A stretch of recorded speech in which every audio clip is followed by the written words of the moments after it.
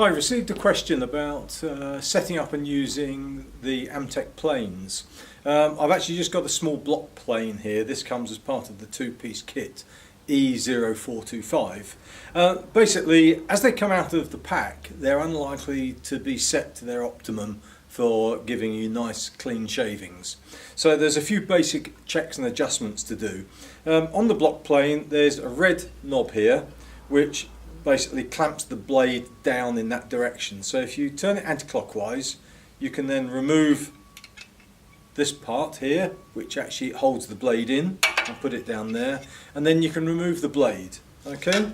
Now the blade has an edge ground on it out of the pack, which is at about 25 degrees. Okay, and you just want to make sure that's got no nail marks in, it hasn't been dropped, and it's sharp. Okay, remember it will cut, so don't run your thumb or finger across it, but it should be looking nice and level like this one is, and a sharp edge. If it isn't sharp, you need to either sharpen it on an oil stone or a diamond sharpening block if you've got that. But this one actually looks in quite good condition. Okay, so there's your blade. We've now got the plain body here, and I'm going to insert the blade and now put the cap on, which holds it in place. And I say just to unscrew it so it goes in and holds the blade in. Okay, I'm just going to adjust it loosely. Okay, gently turn it clockwise to do it. When the blade is in, you can see here the blade is skewed, it's at an angle.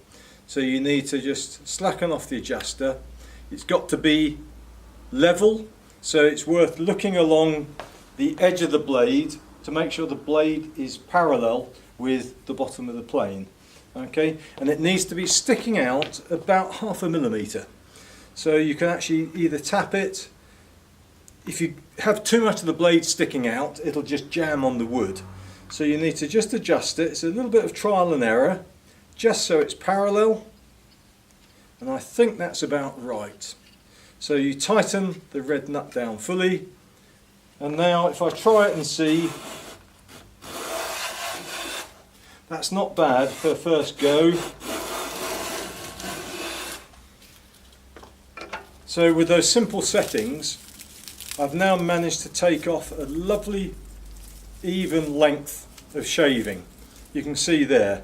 So if it's set up right, so about 0.5 millimeter maximum sticking out, and set so it's parallel, not at that angle or that angle. And again,